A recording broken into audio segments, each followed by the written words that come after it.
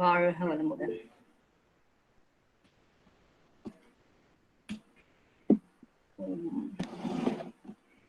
என்னை ஈர்த்த வேதாந்திரியம். ஏன் என்னை ஈர்த்தன்னு நான் சொல்றேன்னா, வேதாந்திரியத்துக்கு வரத்துக்கு முன்னாடி சில பயிற்சிகள் யோகா ஆசனத்திலும் தியானத்திலும் சில பயிற்சிகள் எடுத்துட்டு இருந்தேன் முன்னாடி. பட் அதுலலாம் ஒரு பிடிப்பு இல்லை. பிடிப்பு இல்லாம அதை கண்டினியூ பண்ணல. ஏன்னா எனக்கு நான் நிறைய விளக்கங்கள் கிடைக்கல, நிறைய கேள்விகளுக்கு பதில் கிடைக்கல. அதனால அதுல ஈடுபடல நினைக்கிறேன். ஸோ வேதாந்திரியம் இங்க நான் மலேசியாவுக்கு வந்ததுக்கு அப்புறம்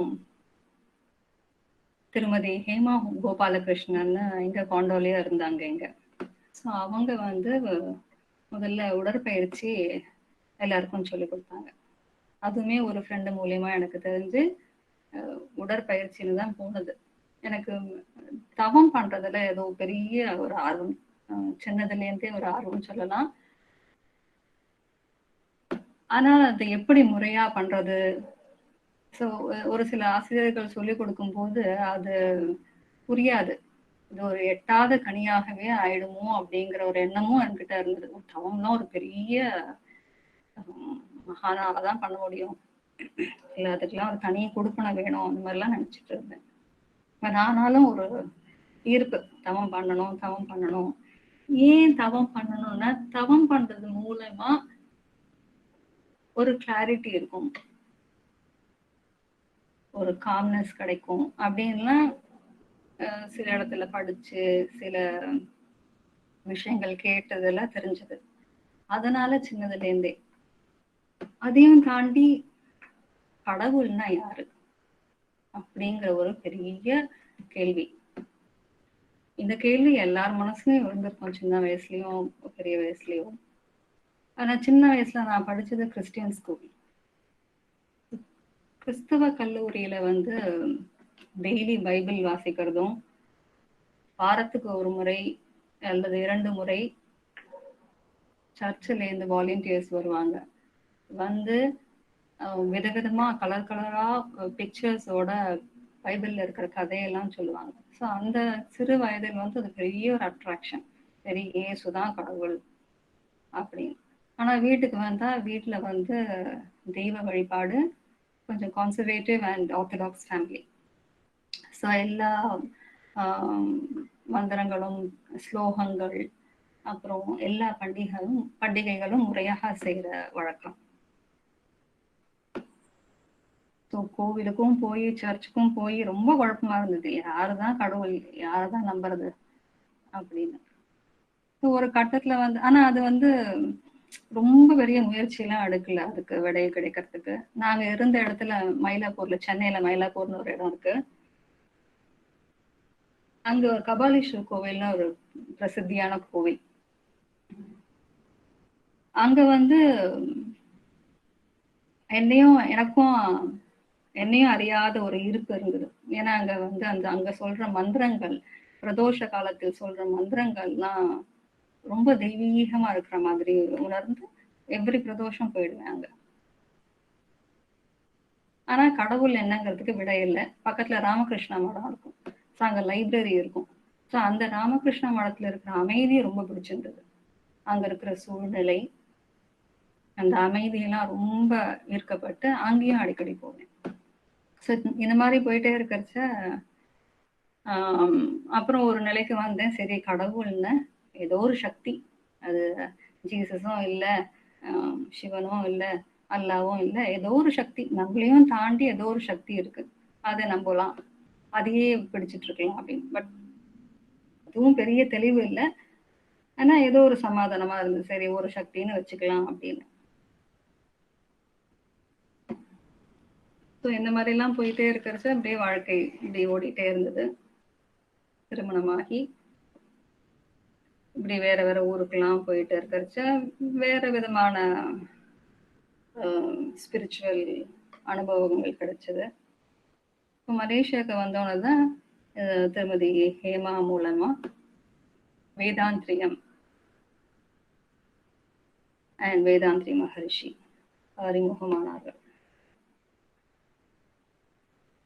அதுக்கு முன்னாடி வாழ்க வளமுடன்னு என்னோட காலேஜ் டேஸ்ல எங்க பக்கத்து வீட்டுல இருக்கிறவங்க வாழ்த்தி கேட்டிருக்கேன். அவங்க வீட்டுக்கு ஒரு வாட்டி போறச்சு, அங்கெல்லாம் என்ன வழக்கம்னா குங்குமம் கொடுப்போம்.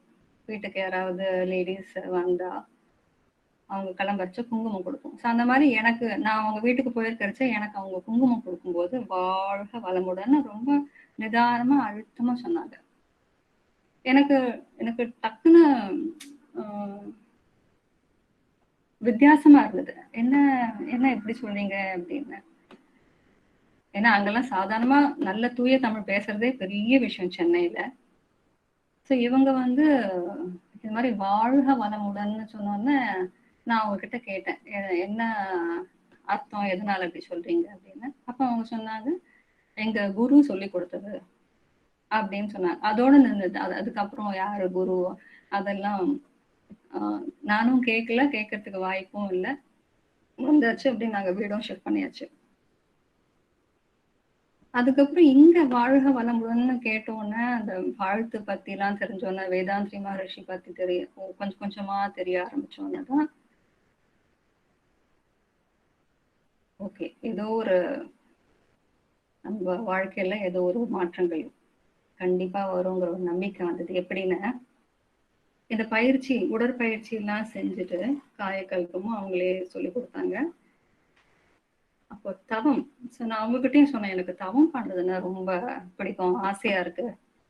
ஆனா முறையா கத்துக்கிறதுக்கு வாய்ப்பே இல்லை. தவம் பண்ணலாமான்னு கேட்டேன் அவங்க கிட்ட. அப்ப அவங்க சொன்னாங்க, அதுக்கு தீட்சை எடுத்துக்கணும். அதுக்கு அவங்களே ஏற்பாடு பண்ணாங்க. எனக்கு இன்னும் ஞாபகம் இருக்கு, அவங்க வீட்டுல நாகேஸ்வரி அம்மா தான் எனக்கு தீட்சை கொடுத்தாங்க. அது அம்மாக்கு ஞாபகம் இருக்கா தெரியல. நாங்க ஒரு 4-5 பேர் இருந்தோம். நாகேஸ்வரி அம்மாவும் இன்னொரு அம்மாவும் வந்தாங்க, அவங்கள ஞாபகம் இல்லை. நாகேஸ்வரி அம்மா தான் எனக்கு தீட்சை கொடுத்தது. தீட்சை கொடுத்த உடனே ஒரு நல்ல உணர்வு. அவங்க சொன்னாங்க, இந்த மாதிரி எல்லாம் உணர்வு இருக்கும்னா அதுல ஏதாவது ஏதோ ஒரு விதமான அது வரைக்கும் அனுபவிக்காத ஒரு உணர்வு, ஒரு விதமான ஒரு அமைதி. ஆனா அது ஜஸ்ட் ஒரு கப்புள் ஆஃப் செகண்ட்ஸ்க்கு தான் இருந்தது. அப்கோர்ஸ் அப்ப வந்து மன அலைச்சூழல் எல்லாம் எப்படி கண்ட்ரோல் பண்றதுன்னு தெரியாது. ஆனா நல்லா இருந்தது அந்த இதுதான் தவமும் அப்படின்ற ஒரு உணர்வு. ஸோ அது முதல்ல எனக்கு வந்து இந்த பயிற்சி உடற்பயிற்சி ஈர்த்தது. அதுக்கப்புறம் இந்த தவம். எட்டாத கனியா போயிடுமோ அப்படிங்கிற நினைப்புல இருந்தவங்களுக்கு இந்த தவம் பிடிப்பட்டது. ஓகே, தீட்சைன்னு ஒண்ணு இருக்கு, அது மூலியமா நம்மளுக்கு உணரலாம், தவ நிலையை அடையலாம் அப்படிங்கிற ஒரு தெளிவு கிடைச்சது. அதனால ஒரு ஈர்ப்பு. அடுத்தது கடவுள்னா யாருங்கிற ஒரு கேள்விக்கு ஒரு தெளிவான விளக்கம் அகத்தாய்வும் போது கிடைச்சது. காந்தி ஐயான்னு ஒருத்தர் தான் வந்து எங்களுக்கு அகத்தாய்வு எடுத்தார். நாங்க ஒரு அரௌண்ட் ஒரு 10 பேர் இருந்திருப்போம் நினைக்கிறேன், 10-12 பேர். ஸோ அவங்க வீட்டுல வந்து கொடுத்தாங்க இந்த மாதிரி அகத்தாய்வுங்கிற. அகத்தாய்வும் போதுதான் அவங்க ஒண்ணுனா எக்ஸ்பிளைன் பண்றச்ச நல்ல ஒரு கிளாரிட்டி. இத்தனை வருஷம் யாருமே, நான் வந்து கோவிலுக்கு போற காலத்துலாம் சொன்னேன் இல்லையா, அங்கெல்லாம் தீபாரணை எடுக்கும்போதுதான் எனக்கு பயங்கர கேள்வி, எதுக்கு இத்தனை விதமான தீபாரதனைகள் அப்படின்லாம் நான் அங்க இருக்கிறவங்க கிட்டையும் கேட்டிருக்கேன். அவங்க ஒரு பெரியவர் சொற்பொழிவாற்று வருவார், அவர்கிட்ட எல்லாம் கேட்டிருக்கேன். ஆனா அந்த விளக்கம் எல்லாம் மேபி அதெல்லாம் புரியறதுக்கான மனநிலையில நான் இல்லை போல இருக்கு. ஸோ அதெல்லாமும் புரியல. ஸோ இங்க வந்து அகத்தாய்வுல வந்து கடவுள்னா யாரு அப்படிங்கிற ஒரு தெளிவு கிடைச்சோன்னே அவ்வளோ ஒரு சந்தோஷம், அவ்வளோ ஒரு பேரானந்தம்னே சொல்லலாம். ஸோ இவ்வளோ பெரிய விஷயத்த இவ்வளோ எளிமையா சொல்லியிருக்காரு மகரிஷி. ஸோ இவர் தான் நம்ம குரு. இத வந்து நம்ம இன்னும் ஆழமா கத்துக்கிட்டு நிறைய பேருக்கு சொல்லணும். இந்த சின்ன சின்ன அனுபவமா இருந்தாலும் யார்கிட்டயாவது சொல்லணும்னு தோணும் எனக்கு. ஸோ உடனே அவங்க கிட்ட தான் அப்போ இருந்த ஆசிரியர் வந்து எனக்கு திருமதி ஹேமா. ஒவ்வொரு அனுபவமா அவங்ககிட்ட சொல்லுவேன். நிறைய கேள்விகளும் இருக்கும், நிறைய சந்தேகங்களும் இருக்கும். அதுக்கெல்லாம் பொறுமையா அவங்களும் பதில் சொல்லுவாங்க. ஸோ இந்த மாதிரி போயிட்டு இருக்கிறச்ச அப்பெல்லாம் ரெகுலரா ஒரு நாள் விடாம ரெகுலரா எல்லாம் உடற்பயிற்சியிலேருந்து எல்லாம் பண்ணிட்டு இருப்பேன். ஆனா இது இப்போ ரீசெண்டா இந்த எண்ணம் ஆராய்தல் மட்டும் எனக்கு ஒரு பெரிய சேலஞ்சாவே இருந்தது. சரி, அது எண்ணம் ஆராய்தல், அதுக்கும் ஒரு வேலை வரும். எல்லாத்துக்குமே ஒரு காலம் வேலைன்னு இருக்குங்கிறதுல எனக்கு பரிபூர்ண நம்பிக்கை. இந்த டைம்ல இந்த இடத்துல இந்த நபர் மூலமா தான் நடக்குங்கிற நம்பிக்கை. அதனால சரி, அதை அப்படியே விட்டாச்சு. அதுக்கப்புறம் இன்னொரு விஷயம், என்ன ஈர்த்த விஷயம் வந்து வேதாந்திரியம், வாழ்த்து. இந்த வாழ்க வளமுடன் சொல்றோம் இல்லையா, அது வந்து அதுவும் அந்த வாழ்க வளமுடன்ல இந்த எதிரிகளை, அதாவது நம்மளுக்கு துன்பம் விளைவிப்போரை வாழ்த்தணுங்கிற தத்துவம் சான்ஸே இல்லை. எங்கேயுமே யாருமே சொல்லியிருக்க முடியாது அந்த மாதிரி ஒரு விளக்கத்தை.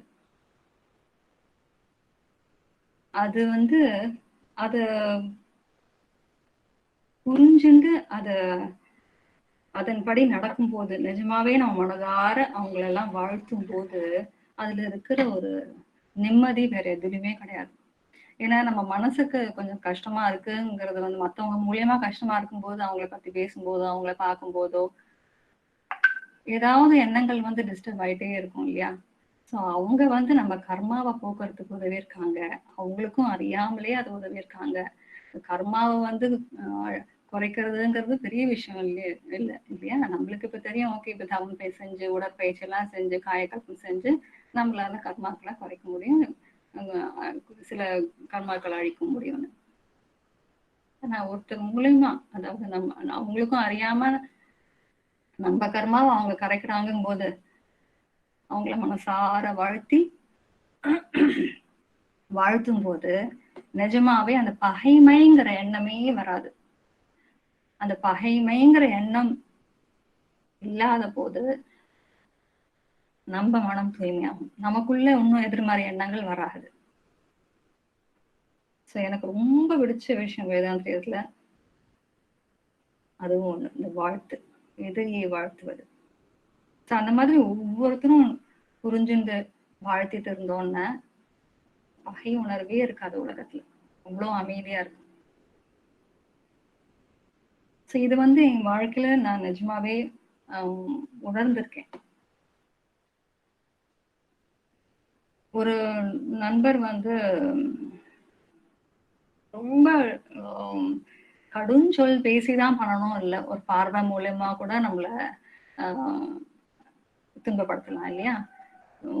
பார்வை மூலியமாவோ இல்லாட்ட சில செயல்கள் மூலயமாவோ. ஸோ அந்த மாதிரி ரொம்ப கஷ்டமா இருக்கும் அவங்கள பார்க்கும்போதோ, இல்லாட்ட அவங்க செஞ்ச செயலோ ஞாபகம் வந்துகிட்டே இருக்கும். ஸோ தவம் முடிச்சுட்டு அவங்கள வாழ்த்திட்டே இருப்பேன். ஸோ ஒரு நாள் மனம் அவங்களே அது வரைக்கும் பேசாம இருந்தாங்க, ஏதோ சம் மிஸ் அண்டர்ஸ்டாண்டிங்னால. அதுக்கப்புறம் பார்த்தா அவங்களே ஃபோன் பண்ணி பேசினாங்க. எனக்கு ஆக்சுவலி அவங்ககிட்டயும் இதெல்லாம் பகிர்ந்து அவங்களையும் இந்த வேதாந்தியத்துல கொண்டு வரணும்னு ஆசை. பார்க்கலாம், வேற யாரும் குரு அருளம் இருந்தா இதை ஷேர் பண்ணிக்கிறதுக்கு வாய்ப்பு கிடைக்கும் அவங்ககிட்டையும். அந்த மாதிரி சின்ன சின்ன அனுபவங்கள் நிறைய. பட் நான் இன்னும் ஆழ்ந்து இத இன்னும் தெளிவானும், இன்னும் நிறைய குழப்பங்களும் இருக்கு. நம்ம நாகேஸ்வரி அம்மா வந்து ரொம்ப பொறுமையா, நான் எத்தனை கொஸ்டின் கேட்ட கேள்வியே திருப்பி திருப்பி வேற வேற விதமா கேட்டாலும் ரொம்ப பொறுமையா விளக்கம் கொடுப்பாங்க. ஸோ அவங்க திருமதி ஹேமா வந்து அப்புறம் ஊருக்கு ஷிஃப்ட் ஆயிட்டாங்க. அதுக்கப்புறம் எப்படி வேதாந்தியத்துல ஏதாவது கனெக்ஷன் இருக்கணுமே, அப்படிங்கிற மனசுல இருக்கும்போது இந்த மாதிரி தேர்ஸ்டேஸ் இங்க கலாமண்டபத்தில் நடக்கும் அப்படின்னு கேள்விப்பட்டேன் மீனாம்மா மூலமா. ஆனா தேர்ஸ்டேஸ் ரெகுலரா அந்த டைம்க்கு என்னால போக முடியாது. அதுவும் ஒரு சின்ன வருத்தம் இருந்துட்டே இருக்கும். அப்போ நான் அகத்தாய்வெல்லாம் படிக்கும்போதே பிரம்ம ஞானம்ங்கிறதெல்லாம் கேள்விப்பட்டிருக்கேன். அதெல்லாம் பண்ணணும்னு ஆசை. ஆனா இங்க ரெகுலரா கிளாஸ்க்கு போறது இல்ல. சரி அது இப்போதைக்கு முடியாது போல இருக்குன்னு நினைச்சிட்டு இருக்கும்போது தான் அம்மா 2018ல அவங்க சொன்னாங்க, இந்த மாதிரி பிரம்ம ஞானம் கோர்ஸ் நடக்கிறதுக்கு ஜாயின் பண்ணுங்கன்னு. எனக்கு ரொம்ப சந்தோஷம். எனக்கு புரியவே இல்லை எப்படி நான் கிளாஸுக்கும் ரெகுலரா வரதில்ல, இவங்க நம்மள கூப்பிட்டுருக்காங்களே நிஜமா பெரிய ஆசீர்வாதம் தான் அப்படின்னு ரொம்ப சந்தோஷப்பட்டு வந்தேன். அங்க பிரம்மஞானம் கிளாஸ்லயும் நல்ல அனுபவங்கள், நல்ல தெளிவான விளக்கங்கள் லட்சுமணன் ஐயா சொன்னது மறக்க முடியாத நாட்கள் அதெல்லாம். அதுக்கு நாகேஸ்வரி அம்மாவுக்கு பெரிய நன்றி. அதுக்கப்புறம் இன்னொன்னு பெரிய விஷயம் வந்து இந்த ஆடம்பரமான விளம்பரமே இல்லை என்ன கேட்டா இந்த வேதாந்திரியம். எவ்வளவோ பேர் எவ்வளவோ விதமாலாம் பணம் சம்பாதிக்கிறதுக்கு இந்த ஸ்பிரிச்சுவாலிட்டிய ஒரு காரணமா வச்சு சம்பாதிச்சுட்டு இருக்காங்க. அப்படி இருக்கிறச்ச இவ்வளோ எளிமையா இவ்வளோ கிளியரா சொல்லியிருக்காரு இந்த வேதாந்தி மகரிஷி. ஏன் அவரோட சிந்தனைகள் அவருடைய பயிற்சி எல்லாம் ஏன் நம்ம நிறைய பேருக்கு எடுத்துட்டு போகணும்னு மார்க்கெட்டிங் பண்ணாதானே முடியும் அப்படின்னு ஒரு வாட்டி ஒரு பேராசிரியர்கிட்ட கேட்கும்போது அவங்க சொன்னாங்க, இல்ல வேதாந்தி மகரிஷி அந்த மாதிரி இதை வந்து ஒரு ப்ராபகண்டா பண்ணக்கூடாது, அந்த மாதிரி அட்வர்டைஸ் பண்ணி ப்ராபகண்டா பண்ணக்கூடாதுன்னு சொல்லியிருக்காருன்னு. ஸோ அதை பத்தியும் இப்படியே நினைச்சிட்டே இருக்கும்போது எனக்கு ஒன்று தோணித்து, மேபி இந்த பெரிய பெரிய பிராண்டட் கார்ஸ்லாம் பென்ஸ் ஆடி அவங்கெல்லாம் அந்த பேர் இருக்காது. இந்த வண்டியில பாத்தீங்கன்னா மற்ற வண்டியில எல்லாம் பேர் இருக்கும், டொயோட்டா அப்புறம் மைவி அதெல்லாம் இருக்கும் இல்லையா. ஸோ இந்த பெரிய ஹை ரேஞ்ச் காரு அதுக்கெல்லாம் இருக்காது. அந்த மாதிரி நம்ம வேதாந்திரி மகரிஷியோட வேதாந்திரியமும் விலை மதிப்பு இல்லாதது. அதை வந்து நம்ம சாதாரணமா விற்க முடியாது, விற்கவும் கூடாது. யார் யாருக்கு எந்தெந்த நேரத்தில் சென்று அடையணுமோ அவர்களுக்கு அந்தந்த நேரத்தில் கண்டிப்பாக சென்றடையும். யாருக்கு அந்த உண்மையான தேடல் இருக்கோ அவங்களுக்கு கண்டிப்பா தானா போய் சேரும். அது வந்து நிஜமான அழிக்க முடியாத உண்மை. இந்த வேதாந்தியம் பத்தி இந்த மாதிரிலாம் பேசும்போது மன்னிக்கணும்.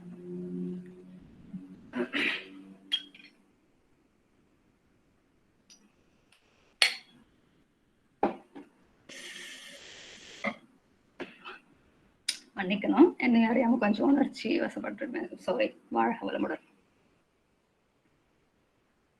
அடுத்தது வந்து ஃபிளெக்சிபிலிட்டி. நான் இன்னைக்கு கூட அம்மாட்ட சொன்னேன், அம்மா நான் வந்து இந்த மாதிரி கிளாஸ்க்கும் ரெகுலரா வரது கிடையாது, நான் ரிலாக்ஸேஷன் எடுத்தோ தவம் எடுத்தோ நீங்க கேட்டது கிடையாது, எப்படியும் இன்னைக்கு பண்றதுக்கு அக்செப்ட் பண்ணிருக்கீங்க, அதுக்கு ரொம்ப நன்றி.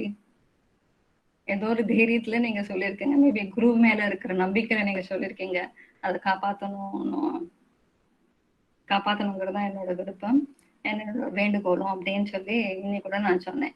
ஸோ அந்த பெருந்தன்மை, அவங்களுக்கு நம்ம மேல இருக்கிற நம்பிக்கை, அந்த பொறுமை, இதெல்லாம் தான் வேதாந்தத்துல கண்டினியூ பண்றதுக்கு பெரிய ஹெல்ப்ஃபுல்லா இருக்கு. இப்போ இங்க இந்த மன்றம் இல்ல, நாகேஸ்வரி அம்மா வந்து நடத்தலைன்னா தெரியல அது எப்படின்னு. வேதாந்தியத்துல எந்த அளவுக்கு இந்த அளவுக்கு கொஞ்சம் ஞானம் இருக்குமான்னு தெரியல, இந்த அளவுக்கு பேச முடிஞ்சிருக்குமான்னு தெரியல. எல்லாத்துக்கும் எல்லாம் வல்ல இறையர்களுக்கும் குருவர்களுக்கும் ஒரு பெரிய நன்றி. இன்னும்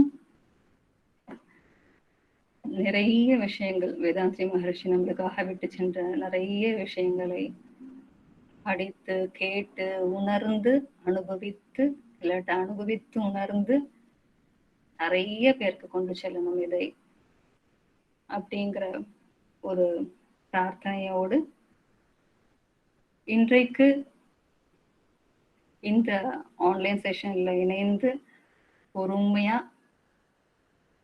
இதுவரைக்கும் இணைந்திருந்து கேட்டதற்கு, என்னுடைய அனுபவங்களை கேட்டதற்கு அனைவருக்கும் நன்றி. வாழ்க வளமுடன்.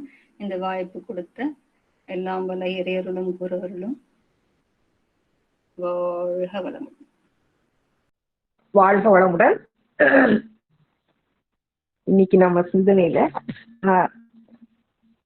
வாழ்த்தும் பயன் அதை பத்தி ஒரு சின்னதா ஒரு சிற்றுரை மாதிரி செய்யறேன். நாம எப்பவுமே வாழ்க வளமுடன்ல வாழ்க வளமுடன் வாழ்த்திக்கிட்டே இருக்கிறோம். அதோட முழு பலன், அதோட பலன் என்ன, அதை பத்தி கொஞ்சம் பார்ப்போம். இப்ப நம்ம வாழ்த்தும் போது நம்ம சாதாரணமா வாழ்த்துறத விட மனசார வாழ்க வளமுடன் சொல்றப்ப சொல்லும் போதே நமக்கு நம்மளோட சக்கரம் சொல்லும் போது அந்த இடத்துல ஒரு சின்ன துடிப்பு தெரியும். அது இறைநிலையோட நம்மளை கொண்டு போய் சேர்க்குது. அந்த துடிப்பு அந்த நிலையில இருந்து நம்ம வாழ்த்தும் போது செய்ய முடியாத நம்ம ஒரு அமைதியான நிலையில இருந்து அடுத்தவங்களை வாழ்த்துறோம். அதுவும் இறைநிலையோட வாழ்த்துறோம். அந்த மாதிரி வாழ்த்தும் போது அது வாழ்த்துறவங்களுக்கு, நமக்கும் வாழ்த்துறவங்களுக்கும் முழு பலனை கொடுக்கும். எதை நினைச்சு வாழ்த்துறோமோ அது கொடுக்கும்.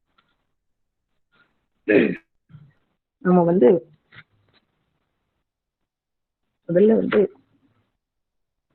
சாதாரண நிலையில நம்ம பேசிட்டு இருக்கும்போது நம்மளோட மன அலைச்சூழல் 14 to 40 வரைக்கும் போகும். நார்மலா பேசிட்டு இருக்கிறப்ப பீட்டா வேவ்ல போயிட்டே இருக்கும். நம்ம ஆக்னியில இருந்து வாழ்த்துறப்ப, ஒரு தவ நிலையிலோ அமைதியான நிலையிலோ இருந்து வாழ்த்துறப்ப அந்த மன அலைச்சூழல் இன்னும் இறங்கி இறங்கி இறங்கி 8 to 12 அந்த ரேஞ்சுக்கு போயிடுது அந்த வாழ்த்து. ஸோ அந்த அளவுக்கு நம்ம போறப்ப நாம ஒரு அமைதியான நிலையில வந்துடும். ஸோ அந்த நிலையில வாழ்த்தும் போது ஒரு இறை உணர்வோட கலப்பு நமக்கு கிடைக்குது. ஸோ நாமளே ஒரு இறை நிலையில இருந்து அடுத்தவங்களை வாழ்த்துறோம், நம்மளை வாழ்த்துறோம். நம்ம உடம்புல இருக்கிற எல்லா பிரச்சனைகளும் நீங்கிருது, அடுத்தவங்களுக்கு அது கிடைக்குது. ஸோ அது ஒரு முழு பலன் தானே. ஸோ நம்ம எப்பவுமே வாழ்த்துறத மனதார வாழ்த்தும், ஒரு முழு நிலையில இருந்து வாழ்த்தும். கொஞ்சம் முயற்சி பண்ணிட்டு அந்த ஒரு முழு மனதோட நிறைவோட வாழ்த்தி பாருங்க. வாழ்த்த அதோட பலன் நமக்கு பெருகிட்டே இருக்கும். வாழ்த்துறவங்களுக்கும் பெருகும், நமக்கும் பெருகும். நம்ம சங்கல்பம் பண்றப்ப நாம முதல்ல அம்மா அப்பா வாழ்த்து, நம்ம கருமையத்துக்கும் அவங்களுக்கும் தொடர்பு. அவங்களுக்கு எந்தெந்த பிரச்சனை இருந்தாலோ, ஏதாவது உடல் ரீதியாவோ மன ரீதியாவோ பிரச்சனை இருந்தாலோ நாம வாழ்த்துறது அவங்க எவ்வளவு தொலைவுல இருந்தாலும் அவங்களுக்கு போய் சேர்ந்துடும். ஸோ அவங்களுக்கு அதை நான் அனுபவபூர்வமா நான் வாழ்ந்திருக்கேன். நான் மலேசியால இருக்கிறேன், எங்க அம்மா நாகர்கோவில் இருக்கிறாங்க. இங்க இருந்து அவங்களோட உடல் வலி, உடல் உபாதை, ஒரு மிகப்பெரிய ஒரு கஷ்டத்துல இருந்து இப்ப எந்திரிச்சு வந்தாங்க. அவங்க இங்க இருந்து நான் வாழ்த்திட்டே அவங்கள போனேன். இங்க இருந்து ஃபிளைட்ல போறதுல இருந்து இங்க இருந்து போற வரைக்கும் வாழ்த்த அவங்களுக்கோட ஒரு ஸ்டெப்பும் தனித்தனியா தெரிஞ்சது. அவங்க டெத்தோட எண்டுக்கு வரைக்கும் போயிட்டு திரும்ப வந்தாங்க. அது நான் இத்தனை வருஷம் அந்த வாழ்த்துறதுல எனக்கு பலன் அவ்வளவு டிஸ்டன்ஸ்ல இருந்து வாழ்த்தினாலும் கிடைக்குங்கிறது எனக்கு ஒரு முழு பலன். அதை அனுபவ ரீதியா நீங்க எல்லாரும் வேதாத்திரியத்துல இருந்தவங்க எல்லாருமே உணர்ந்துருக்கீங்க. அவ்வளவு தள்ளி அந்த மனம் அவ்வளவு தூரம் விரிஞ்சு போறதுனால நம்ம வாழ்த்து அவங்களுக்கு கிடைக்குது.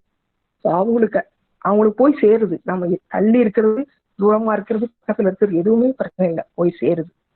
அதே மாதிரி நம்ம வாழ்க்கை துணையை வாழ்த்துனா இறைநிலை நமக்கு சில பொறுப்புகள் இருக்கும். கருமையத்துல சில முடிக்க வேண்டிய பொறுப்பு இருக்கும், இறைநிலையை அடையிற பொறுப்பு இருக்கும். நமக்கு ஏத்த ஒரு வாழ்க்கை துணை இறைநிலை நமக்கு கொடுக்கும். அவங்களோட சேர்ந்து அவங்கள நம்ம வாழ்த்தும் போது அவங்களுக்கும் நமக்கு இருக்கிற உறவு சுமூகமா ஆகி அவங்களும் நல்லா ஆவாங்க, நாமளும் நல்லா. ஸோ நமக்கு முடிக்க வேண்டிய இறைநிலையோடு நமக்கு முடிக்க வேண்டிய தொடர்புகள், புதுப்பிக்க வேண்டிய தொடர்புகள் எது இருந்தாலும் அதுக்கு துணையை இறைநிலையே நமக்கு கொடுக்குது. ஸோ அதனால நம்ம வாழ்க்கை துணையே வாழ்த்துறோம். குழந்தைகளை வாழ்த்துறோம், பெற்ற மக்கள் செல்வங்களை வாழ்த்துறோம்னா குழந்தைகள் நம்மளோட வினை பயன்ல இருந்து தான் அவங்க வராங்க. நாம செய்யற அத்தனை செயலும் அவங்களுக்கு போய் சேரும். நல்லதோ கெட்டதோ எதுவா இருந்தாலும் அவங்களுக்கு போய் சேரும். ஸோ நாம வாழ்த்த நம்ம குழந்தைகளோட வளர்ச்சி, கஷ்ட நஷ்டம் எதுவும் இருந்தாலும் அது குறைஞ்சி அவங்க வளர்ச்சியை நம்ம முழுமையா நம்ம பார்ப்போம். அதே மாதிரி நம்மளோட சகோதர சகோதரிகளை வாழ்த்தணும்னு சொல்றோம். ஏன்னா நம்ம கருமையமும் அவங்க கருமையமும் ஒரே இதுல இருந்து தான் வந்திருக்கோம். ஸோ நாம இங்க இருந்து வாழ்த்தும் போது அவங்களுக்கும் அதோட பலன் போய் சேரும். அவங்க தனியா எதுவுமே செய்ய வேண்டியதில்லை. நம்ம தள்ளி இருந்தாலும் அவங்கள வாழ்த்திக்கலாம். ஸோ அவ்வளவு பலன் இருக்கு வாழ்த்துக்கு. அப்புறமா எதிரிகளை நம்ம வாழ்த்தும் போது எதிரிகளை வாழ்த்தும் போது நாம அவங்கள எதிரியா நினைக்கலனாலும் அவங்கள்ட்ட இருந்து வர அந்த அவங்களோட எதிரியா நினைக்கிற அந்த ஆற்றல் எதிரொலிச்சு அங்க போயிடும், பிரதிபலிச்சிடும். ஸோ நாம வாழ்த்தும் போது நாமளும் மனம் திருந்தி அவங்களும் மனம் திருந்தி நம்மளோட பாவ பதிவுகள் எல்லாமே போயிடும். நம்மளுடைய கர்மாக்களை கரைக்கிறதுக்காகவே தான் எதிரிகள் வந்திருக்காங்க. ஸோ எதிரியை வாழ்த்த நாமளும் தூய்மை அடைவோம், அவங்களும் தூய்மை அடைஞ்சிருவாங்க. ஸோ நமக்கு இருக்கிற கர்மாக்கள் எல்லாம் கொஞ்சம் கரைய ஆரம்பிச்சிடும். ஸோ நம்ம நமக்கு எதிரிகளே இல்லாம ஆயிடுவாங்க. நம்ம வாழ்த்த நமக்கு அத்தனை பலன் இருக்கும். அதையும் நம்ம வாழ்த்து இந்த பயிற்சியெல்லாம் செஞ்சு நாம ஒரு இடத்துல போனா கூட நம்மளோட ஒரு பிரகாசம் அந்த இடத்துக்கு வர அளவுக்கு நாம பிராக்டிஸ் செஞ்சுக்கிட்டே இருப்போம். வேதாத்திரியத்தோட உயிர்கலப்பு பெற்று நாம செஞ்சுக்கிட்டே இருப்போம். வாழ்த்தி பலன் பெறும். வாழ்வுடன்மா. ஒரு சிறு விளக்கம், என்னால் முயன்றவரை ஒரு சிறு விளக்கம் தமிழில் கொடுக்க பார்க்கிறேன். முடியலன்னா கொஞ்சம் இங்கிலீஷ் வார்த்தை கண்டிப்பா இருக்கும். எனக்கு ரொம்ப விரும்பிய ஒரு தலைப்பு நாமும் சமுதாயமும். வேதாத்திரியத்துக்கு வந்ததுக்கு அப்புறம் இன்னும் எனக்கு சமுதாயத்தின் மேலே ரொம்ப ஈர்ப்பு இருக்கிறது. அதனால எனக்கு இந்த டாபிக் ரொம்ப பிடிச்சமான டாபிக். இன்னைக்கு நான் எடுத்துக்கொண்ட தலைப்பு I am society, society is me. அதாவது நாமும் சமுதாயமும் ஒன்று. சுவாமிஜி எப்போதுமே அவர் பேச்சில இருக்கிற எல்லா டாபிக்லயும் சமுதாயத்தை பத்தி நம்மளுடைய சமுதாயத்தை பற்றி நிறைய பேசுவாரு. நம்ம இப்ப முடிஞ்ச சனிக்கிழமை டாக்டர் லட்சுமணன் ஐயா கூட சொன்னாரு. அவரோட கொஞ்சம் towards the end of the speech கேட்டீங்கன்னா ரொம்ப விளக்கமா சொல்லியிருப்பாரு. எல்லாமே விண்ணின் இயக்கம், எல்லாரும் இறைவன், இறைவன் மனிதனின் தோற்றம், எல்லாமும் இறை அருள். இந்த தெளிவு நம்ம எல்லாத்துக்கும் இருந்தா கண்டிப்பா சமுதாயம் நம்மளை கண்டிப்பா நம்மளுக்கு உணர முடியும். நாம் வாழ்ந்து கொண்டிருக்கும் போது சமுதாயம் தான் நம்மளே பார்த்து கொண்டிருக்கிறது. அதனால் நம்மளுக்கும் ரெஸ்பான்சிபிலிட்டி, கடமை இருக்கு சமுதாயத்துக்கு திருப்பி கொடுக்கறதுக்கு. we have to give back to the society what the society has given us and is giving us every day. Swamiji வேதாத்திரியத்துல எப்போதும் சொல்லுவோம், மனிதன் சமுதாயத்தில் ஒன்று. மனிதனின் தேவைகள் அத்தனையும் சமுதாயத்திலேருந்து தான் வருது. நம்மளுக்கு உள்ள அனைத்து தேவைகளும் ஒரு 3-4 வாரத்துக்கு முன்ன மதன் ஐயாவோட டாக்க கேட்டுருந்தீங்கன்னா ரொம்ப கிளியரா சொல்லியிருப்பாரு. நம்ம போட்டிருக்கிற ஒரு உடை எவ்வளவு எந்த எக்ஸ்டென்ட்ல போய் அது எத்தனை பேரை இன்வால்வ் ஆயிருக்கு நம்ம இன்னைக்கு இந்த உடை போட்டிருக்கிறதுக்காக. ஸோ அதுல ரொம்ப தெளிவா சொல்லியிருப்பாரு. நம்மளுடைய அத்தனை பொருள்களும், நம்ம இப்ப பாக்குற அத்தனை பொருள்கள், பாய்க்கிற அத்தனை பொருள்களும் சமுதாயத்தின் தான் வருது. நாம காசு போட்டு வாங்கியிருக்கலாம், ஆனா அத காசு போட்டு வாங்குற அளவுக்கு அந்த விக்கிறாங்கள, அதுக்கு முன்ன என்னென்ன ப்ரொசஸ் ஓடி இருக்கு, அதுல நிறைய பேர் சம்பந்தப்பட்டு கொண்டிருக்காங்க. அதனால நம்மளுக்கும் சமுதாயத்துக்கும் எப்போதுமே தொடர்பு இருந்துகிட்டே இருக்கும். ஏன்னா நம்ம எல்லாருமே ஒரே சாஃப்ட் லைன் தான் வந்திருக்கோம். இந்த அடிப்படை நம்மளுக்கு புரிஞ்சிருந்துச்சுன்னா கண்டிப்பா நம்ம பாக்குற அனைத்துமே இறைவனாவே தெரியும். நம்மளுக்கு யார பார்த்தாலும் இறையாற்றல் உள்ளவர்கள இறைவனே வந்திருக்காங்கன்னு தெரியும். ஏச மனசு வராது, எதுவுமே அவங்கள திட்டுறதுக்கும் மனசு வராது. ஸோ இந்த பேசிக் எலிமெண்ட் ஆஃப் வேதாத்திரியம் நம்மளுக்கு எப்போதுமே இருந்துகிட்டே இருக்கணும்.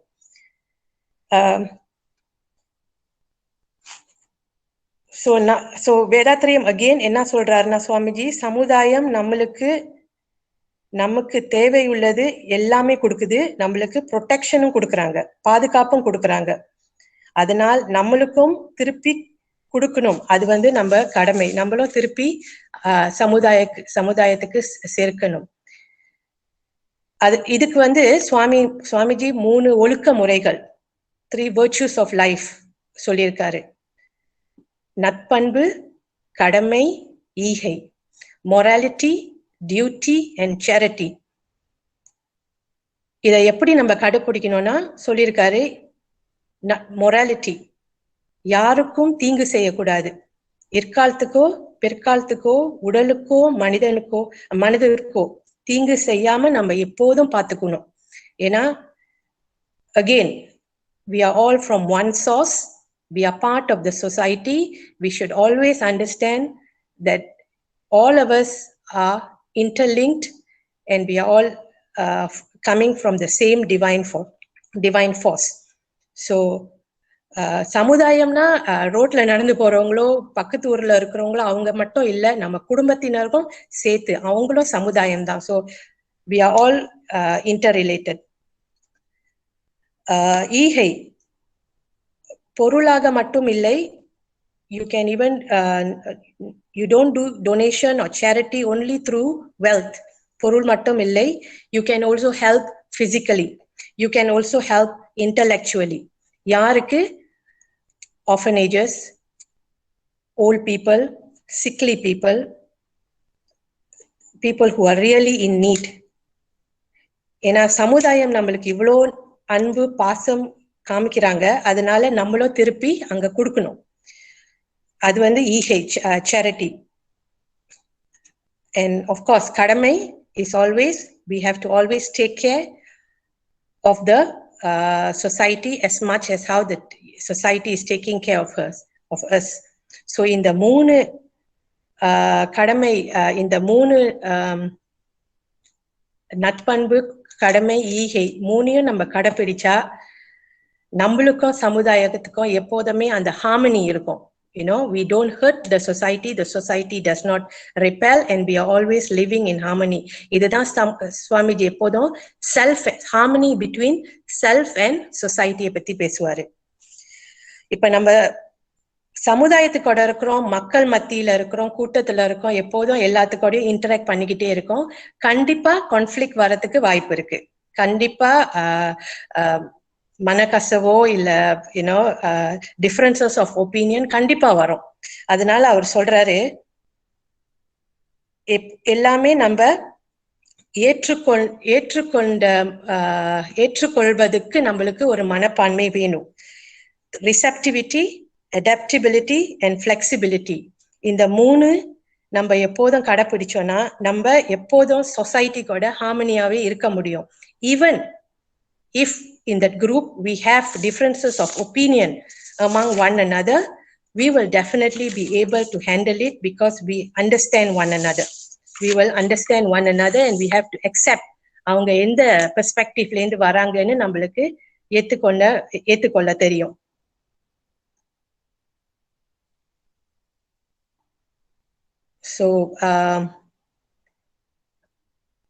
So இதுதான் Swamiji basically self and society, harmony between self and society. We are part of the society. This is what Swamiji has basically said.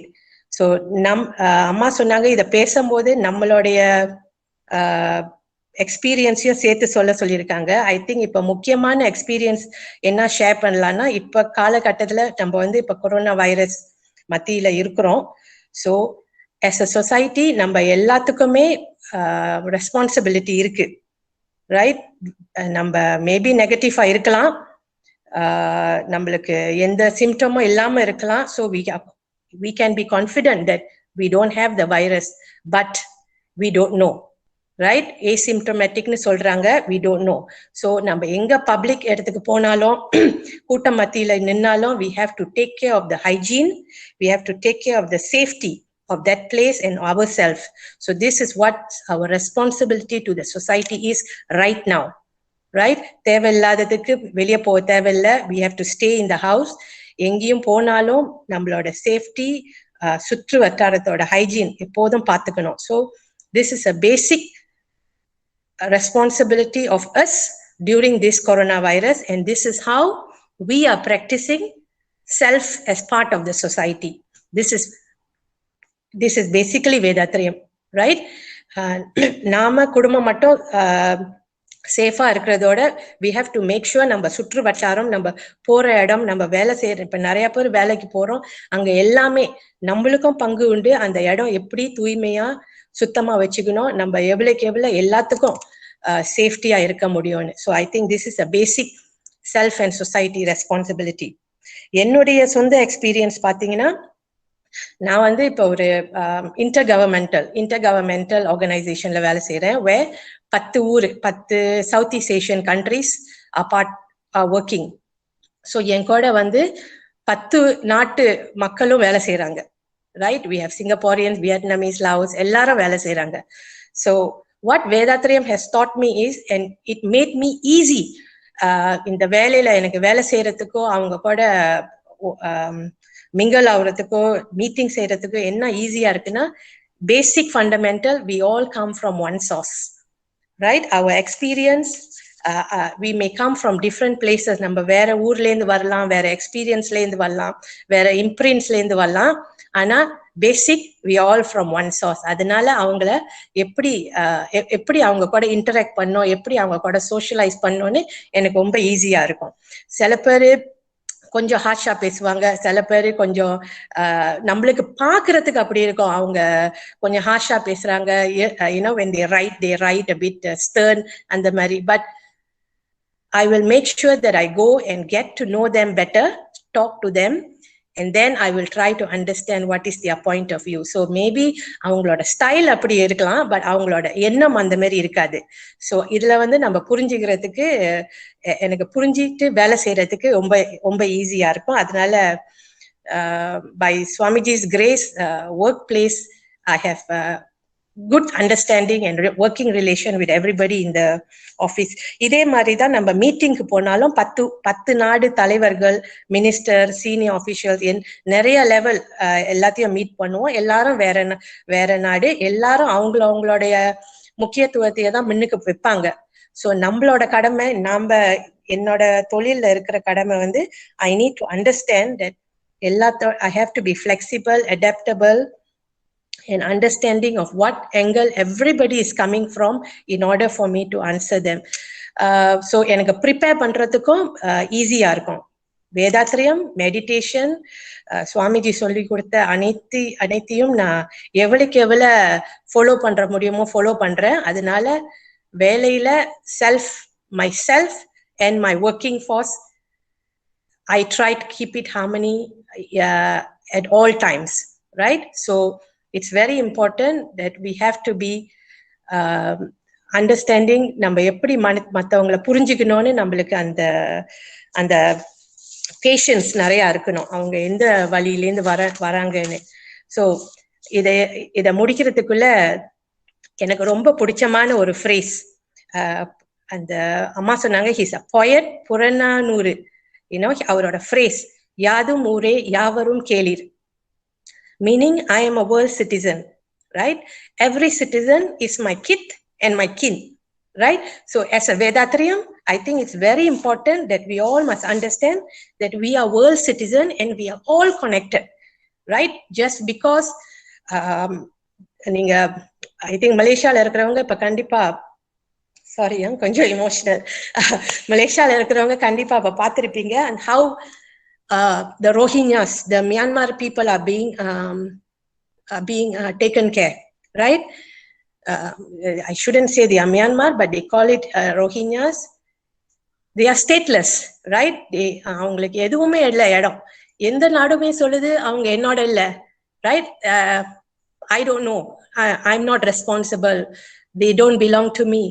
So when nobody is to be blamed, then everybody should be blamed, isn't it? So if all of us, if everybody has an understanding that we are all world citizens, I think it will be easy for us on how to handle these people. You may not want to give them a state, அவங்களுக்கு நீங்க மலேசியான்னு citizen கொடுக்க தேவையில்லை, but at least ஒரு மனிதர்களா பாக்குறதுக்கு ஒரு வழி இருக்கணும். அதே போலதான் doctor Abdul Kalam, my very favourite person from India. அவர் வந்து ரொம்ப சுவாமிஜி புத்தகத்தை படிச்சிருக்காரு, நிறைய சுவாமிஜியோட கோட்ஸ் நிறைய சொல்லுவாரு. அவரோட ரொம்ப பாப்புலரான கோட் வந்து இந்த இந்த யாதும் ஊரே யாவரும் கேளீர் அவர் எப்போதும் சொல்லுவாரு. பட் another popular quote, இது வந்து அவரு தமிழ்ல அழகா சொல்லியிருப்பாரு நம்ம ஆலியார்ல தான். பட் நான் போன இடத்துல, அவர் போற இடத்துல எல்லாமே அவரு இங்கிலீஷ்ல தான் சொல்லியிருக்காரு. Right? The importance of self and the society towards the world, towards the global. When there is righteousness in the heart, there is beauty in the character. When there is beauty in the character, there is harmony in the home. When there is harmony in the home, there is order in the nature. And when there is order in the nature, there is peace in the world. So, தனி மனிதனின் சந்தோஷம் உலக சந்தோஷம், தனி மனிதனின் அமைதி உலக அமைதி. ஸோ இந்த வாய்ப்பை கொடுத்த அம்மாக்கும் சுவாமிஜிக்கும் என் நன்றி சொல்லி விடைபெற்றுக் கொள்கிறேன். Thank you very much.